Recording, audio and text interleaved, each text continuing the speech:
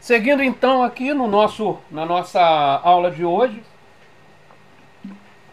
onde nosso conteúdo principal nós estamos tratando aqui da questão do ensino na igreja ou a partir da igreja. Então, seguindo aqui, a gente vai ver o seguinte: a ideia de uma dinâmica de ministério total na igreja. Como assim ministério total? Porque a ideia do ministério da igreja é de um ministério completo. Não falta nada. A visão bíblica, olha lá. Cristo deu apóstolos, profetas, evangelistas, pastores e mestres, com vista ao aperfeiçoamento dos santos para a obra do ministério, que é a edificação da igreja. Hoje, Cristo deu os santos para honrar, obedecer e velar. Apóstolos, profetas e evangelistas, pastores e mestres, que vão trabalhar para a igreja crescer.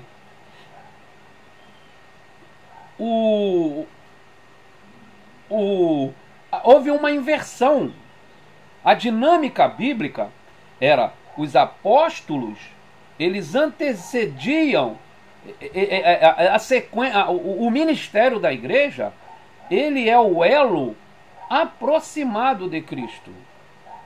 Ele é aquele que é incumbido de preparar os santos. Toda vez que a gente olha para a igreja, faz um diagnóstico da falência ou da ineficácia ou do mau andamento da igreja em alguma área, não se engane, é sempre culpa desse conjunto aqui, ó, apóstolos, profetas e evangelistas, ou o que não havendo, dependendo do contexto, não tem a figura do apóstolo, mas vamos pensar, pastores, mestres.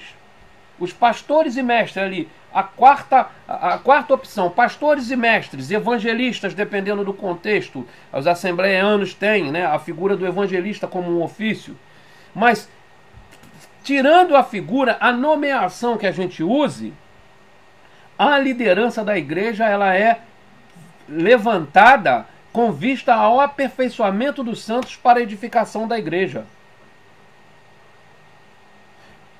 Essa inversão que acontece hoje, Cristo deu, os santos obedecem e os apóstolos trabalham para a igreja crescer. Parece sutil essa mudança. Pô, mas Cristo deu os santos, sim. E os santos devem honrar, obedecer, sustentar e velar, sim.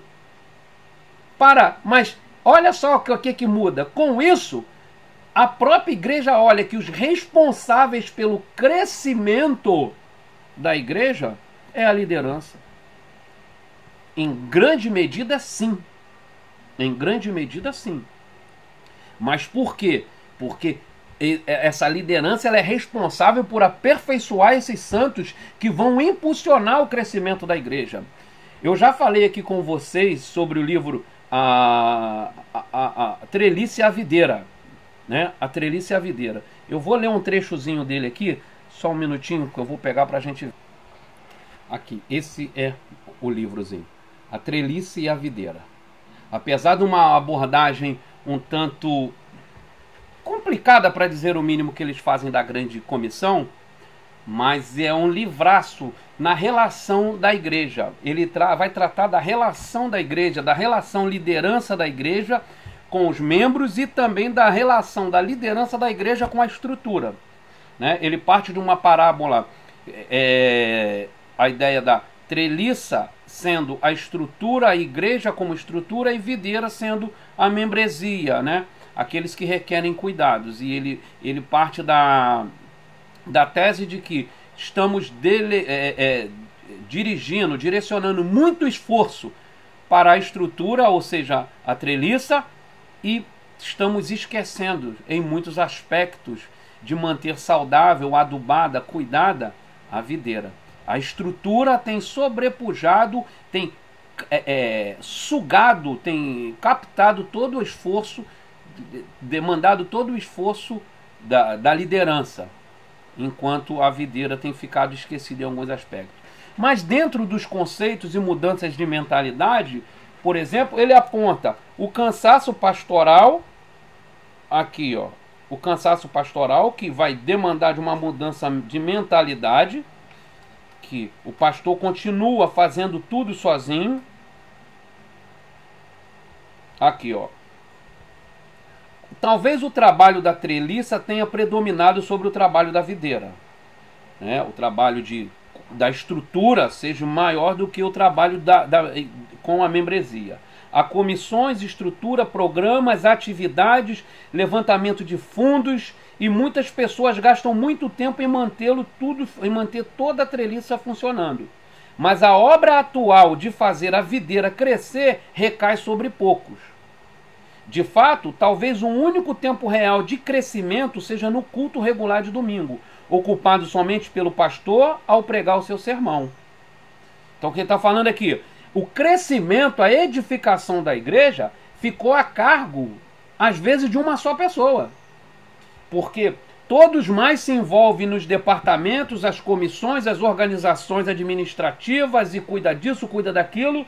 E o que faz crescer, edificar a igreja, ficou só no ombro de um. Só que esse um, ele não está se dedicando exclusivamente à edificação da igreja. Muito, ou a maior parte do seu esforço também está sendo sugado por esses outros que já trabalham na manutenção da estrutura, mas que reivindicam a presença do pastor o tempo todo. Então ele diz: se sua igreja está nessa condição, então há toda a chance de que a videira esteja parecendo cansada. As folhas são menos verdes, as flores são menos abundantes, e já há algum tempo que não vêm novos brotos. O pastor continua trabalhando intensamente, sentindo-se sobrecarregado, pouco apreciado e desencorajado pelo fato de que sua obra fiel a cada domingo parece não produzir muito fruto. De fato, ele sente muitas vezes que gostaria de fazer mais para ajudar e incentivar outros a se envolverem na obra da videira, a obra de regar, plantar e ajudar pessoas a crescerem. Mas a verdade triste é que recai sobre ele a organização da maior parte da obra da treliça. Rol de membros, propriedades, questões de prédios, comissões, finanças, orçamento, supervisionar, escritório da igreja, planejar e administrar eventos. Não há tempo suficiente. E este é o fato a respeito da obra da treliça. Ela tende a predominar sobre a obra da videira. Então, essa é a tese do livro. Que os ministérios que eram, na visão bíblica, para a edificação da igreja, tá mais voltado seus esforços para a edificação da estrutura, onde igreja é a videira, não é a treliça. A treliça, ela é necessária, ela precisa ser cuidada, mas a treliça ela some quando a videira cresce e a envolve e some. Se a treliça aparece mais do que a videira, é porque está havendo um cuidado desproporcional. Se quando você olha que igreja bonita, o mesmo não se aplica à videira, à membresia, mas essa sua admiração está como as dos discípulos. Senhor, olha que belo templo.